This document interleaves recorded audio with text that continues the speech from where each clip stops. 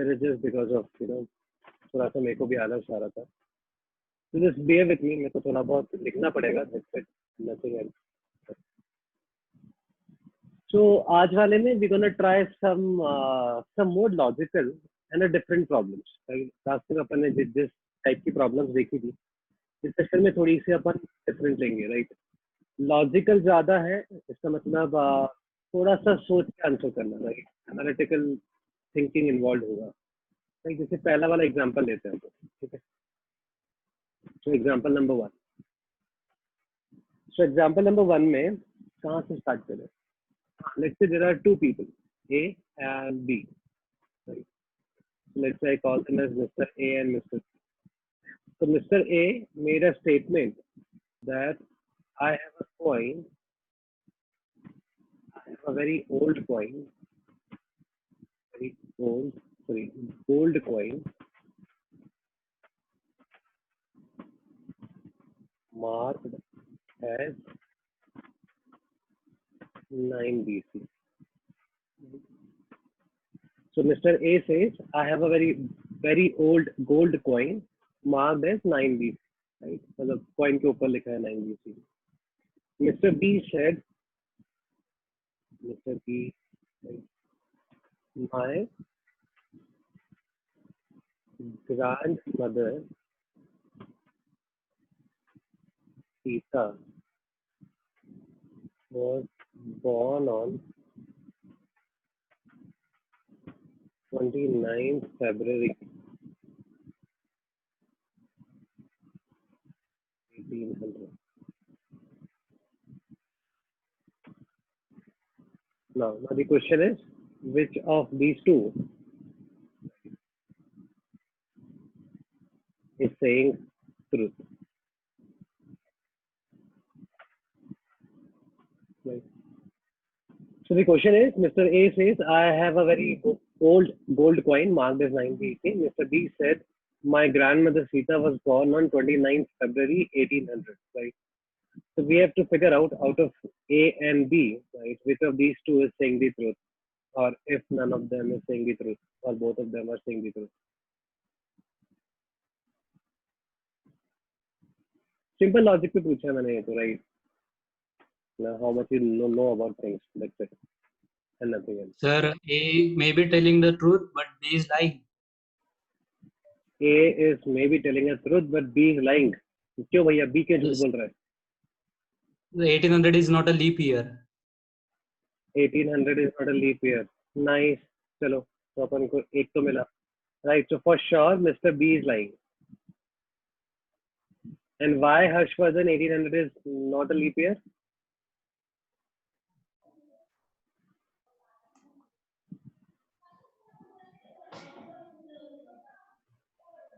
Because I think कुछ लोगों को मालूम होगा, कुछ लोगों को नहीं मालूम होगा, right? In case of a century,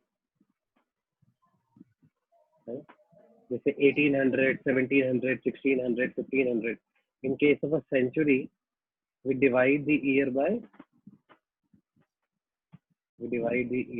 400 to check whether the year is a leap year or not. अगर वो divisible होगा 400 से, तो अपन उसको leap year बोलते हैं. And in case of other years, जो अपन normally करते हैं, right, we divide by 4. Yes, sir. Right. So 1800 was not a leap year. That is correct. 1900 was not a leap year. 2000 was a leap year. The next century वाला leap year जो आएगा वो आएगा 2400. Right. 2400 means हमारे grandchildren की grandchildren. Most probably that generation will gonna see a century वाला leap year. So Mr. B is for sure lying. ये सब हमको मालूम चल गया. तो Mr. B तो आंसर नहीं हो सकता. What about Mr. A? I need a confirm answer. Yes or no? Maybe नहीं चलेगा. Mr. A, I have a very old coin marked as 9 BC. That's a tricky one. और थोड़ा interesting भी है, थोड़ा funny भी है. Mr. A is lying. Mr. A is also lying. क्यों? because 9 BC मतलब when BC was going on, it wasn't named BC. Nice, right, आया सबको समझ में, राइट। जब BC चल रहा होगा, राइट, तो किसी को मालूम नहीं होगा कि it is BC, right, because the Christ was not born, right, अगर वैसे देखें तो। सो 9 BC कॉइन के ऊपर मार्क नहीं हो सकता, ठीक है। So this coin is basically a fake coin, so this guy is also lying, so both of them are liars, right? Nobody is saying the truth. चलो, example number 2, that's my favorite,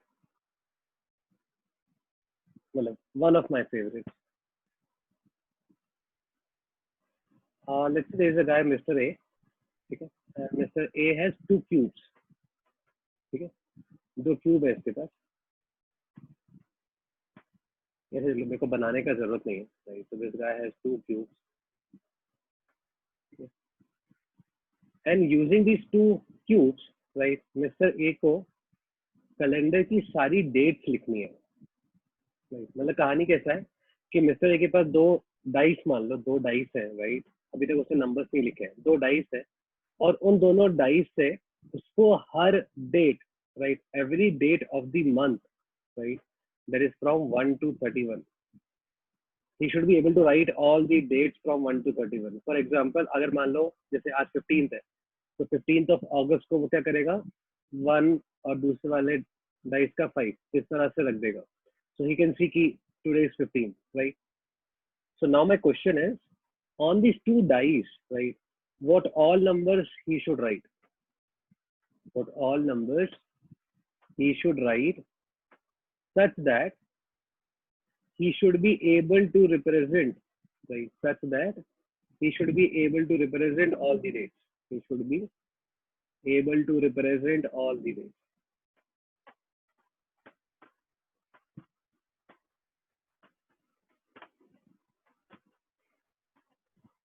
if possible. So the order of the dice should be same, or like one has to represent the units and other has to represent the tens. नहीं, कैसे भी dice पे तुम कैसे भी number लिखो, मैं सिर्फ हर डेट को रिप्रेजेंट कर पाऊँ, that's it, right. So question को मैं एक बार फिर से क्लियर कर देता हूँ, राइट। क्वेश्चन क्या बोल रहा है, आपके पास 2 डाइस है, राइट, डाइस के ऊपर नंबर्स अभी नहीं लिखे हुए हैं, ठीक है, ब्लैंक डाइस है, आप कुछ भी नंबर उनके ऊपर लिख सकते हो। उन दोनों डाइस से मैं किसी भी मंथ की कोई सी भी डेट को रिप्रेजेंट कर पाऊँ, राइट, तो मेरे को क्या क्या नंबर्स उन डाइस के ऊपर लिखने चाहिए, अगर पॉसिबल है तो, और अगर पॉसिबल नहीं है, राइट, सारे मंथ के सारे डेट्स को रिप्रेजेंट करना using only 2 dice, then you have to explain why it is not possible. So there are 2 parts of the question. First, you have to figure out possible है कि नहीं है, और possible है तो कैसे, मैं डाइस के ऊपर कौन कौन से नंबर लिखूंगा, और अगर possible नहीं है तो क्यों नहीं है। Now think, I give you 2 minutes, right, सोचने के लिए, because this problem needs some thinking. Pilot भाग गई दूसरी पार्टी में, right, खुश। सर मैं सोच रही हूँ फिर भी। हाँ खुश, बोल भैया, पॉसिबल कैसे था? Sir, I thought 1 2 3 1 2 3 we write it 2 times. I was wrong. बुरा। चलो, ये तो MCP है, बाहर ही चला गया। Who was A? या आर्यन छाबरा। हाँ सर, तो पहले फर्स्ट क्यूब में हम 1 to 6 सारे नंबर्स लिख सकते हैं, और फिर जो दूसरा क्यूब है, दूसरे क्यूब में हम 1 to 3 नंबर स्टेट कर सकते हैं, और उसके बाद जो रिमेनिंग नंबर्स है 7 8 9 हम वो डाल सकते हैं। ये बोल रहा है तो आया 0 ही नहीं आया।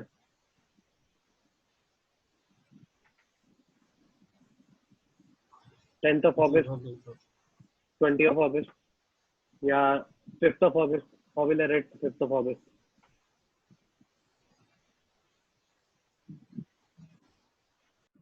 हाँ भैया, Radhe, you are the sole survivor, से पॉसिबल क्यों है? नहीं, वो 0 में मिस्टेक कर दिया। एनीबॉडी एल्स, या फिर मैं आंसर बताऊं? सर वो 6 और 9 का केस, 6 और 9 एक ही। यस, ये आया अपना Narendra Modi, right. It is possible. देखो समझाता हूँ, हमें कौन कौन से डेट चाहिए, राइट? अगर अपन डेट्स को देखें ध्यान से तो देखो मुझे 0, 1, 0, 2 से लेके 31 तक चाहिए होगा, राइट? तो जैसे टी ने बोला कि आपको 0, 1 और 2, देखो ये 3 नंबर्स तो आपको दोनों डाइस पे चाहिए होंगे, राइट? बिकॉज एक बीच में आपको 11 भी आएगा तो दोनों पे 1 होना चाहिए, 22 भी आएगा दोनों पे 2 होना चाहिए, राइट? फिर आपका 10 आएगा और 0, 1 आएगा, 20 आएगा, राइट? और 0, 2 आएगा। इसका मतलब 0, 1 एंड 2 ये तो दोनों डाइस पे होने चाहिए, बिकॉज वो मुझे फर्स्ट पेज पे भी रिक्वायर्ड होता है, सेकंड पेज पे भी रिक्वायर्ड होता है। So let's say I make 2 dice, dice 1 and dice 2. So 0, 1 and 2, 0, 1 and 2. अब मुझे कौन कौन से नंबर चाहिए? 3, 4, 5, 6, 7, 8, 9, राइट? इन सब नंबर्स का रिक्वायरमेंट है। कितने नंबर चाहिए? 7, राइट? और मेरे पास जगह कितनी बची है? देखो 3 पेज यहाँ पे यूज हो चुके हैं, 3 पेज यहाँ पे यूज हो चुके हैं, तो 3 पेज यहाँ बचे हैं, 3 पेज यहाँ बचे हैं, 6 पेज बचे हैं ना, right?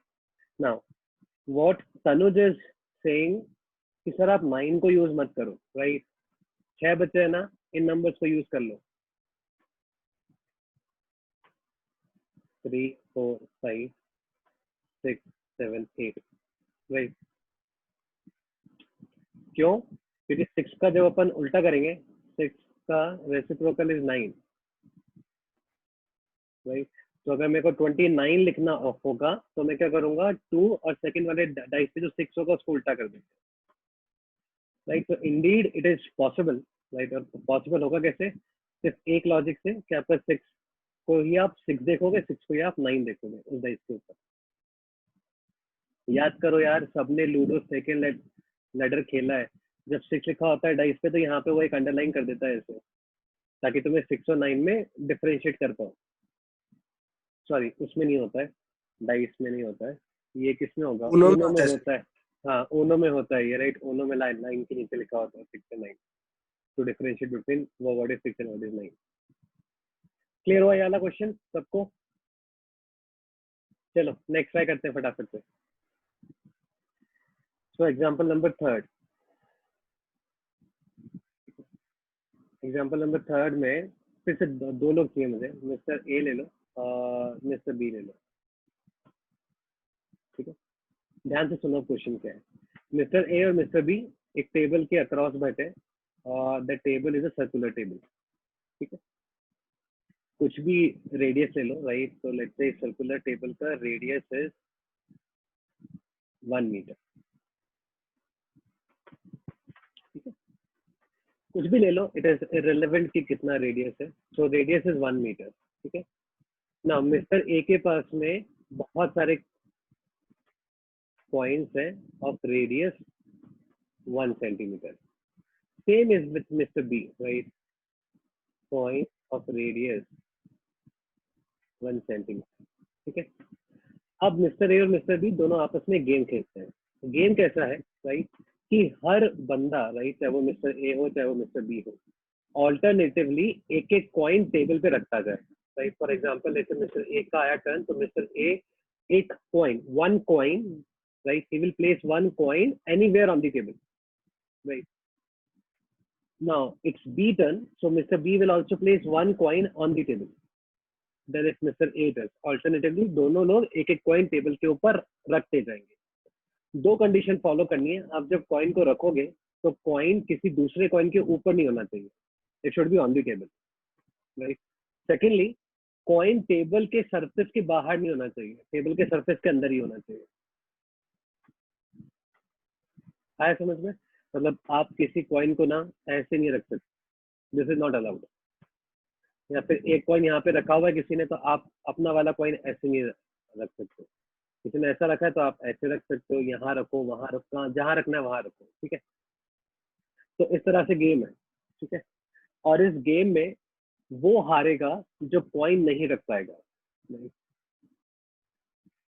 So the one who loses is the one who cannot place, who can't place the coin, है ना?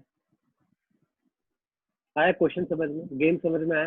दोनों के पास बहुत सारे कॉइन्स है, राइट? इनफाइनाइट कॉइन्स मान लो, बैग भरा है उनके पास, तो कॉइन्स की कमी नहीं होने वाली, ठीक है? सो एक रखेगा कॉइन, फिर दूसरा वाला रखेगा, फिर वापस से पहले वाला, फिर दूसरा वाला, इस तरह से गेम चलता जाएगा।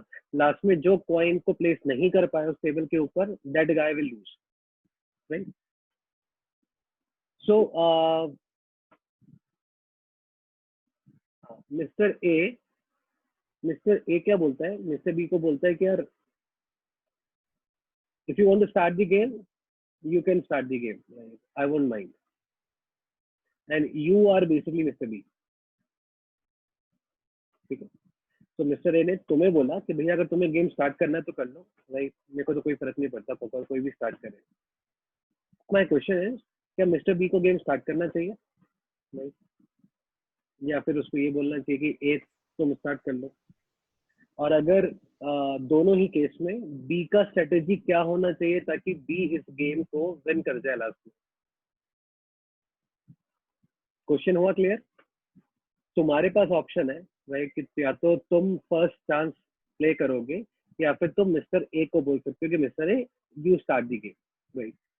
अगर तुम मिस्टर ए को बोल रहे हो तो तुम्हारा स्ट्रेटेजी क्या होगा ताकि एट द एंड तुम इस गेम को विन करो, और अगर तुम प्लेस कर रहे हो तो तुम्हारा स्ट्रेटेजी क्या होगा ताकि एट द एंड तुम इस गेम को विन करो? सोच के देखो। देखने में थोड़ा ऐसा लगता है कि यार शायद इक्वली लाइकली है, राइट, कि क्या फर्क पड़ता है, बट वैसा नहीं है। अगर वैसा होता तो मैं वही ये क्वेश्चन पूछता ही नहीं। सर बी को स्टार्ट नहीं करना चाहिए, बी को स्टार्ट नहीं करना चाहिए, नहीं करना चाहिए। ओके। तो आर्यन सर बी छाबड़ा को से स्टार्ट करना चाहिए और उसको सेंटर में रखना चाहिए। भाइयों मैंने तुम्हारा लॉजिक नहीं पूछा, मैंने सिर्फ आंसर पूछा है, राइट, व्हाट एल्स? और आर्यन थोड़ा सोच के देख, right, I think you were repeating fast and thinking, थोड़ा सोच, इंटरप्रेट कर, समझ, तू भी थोड़ा सोच, राइट, तू भी बहुत जल्दी कर रहा है।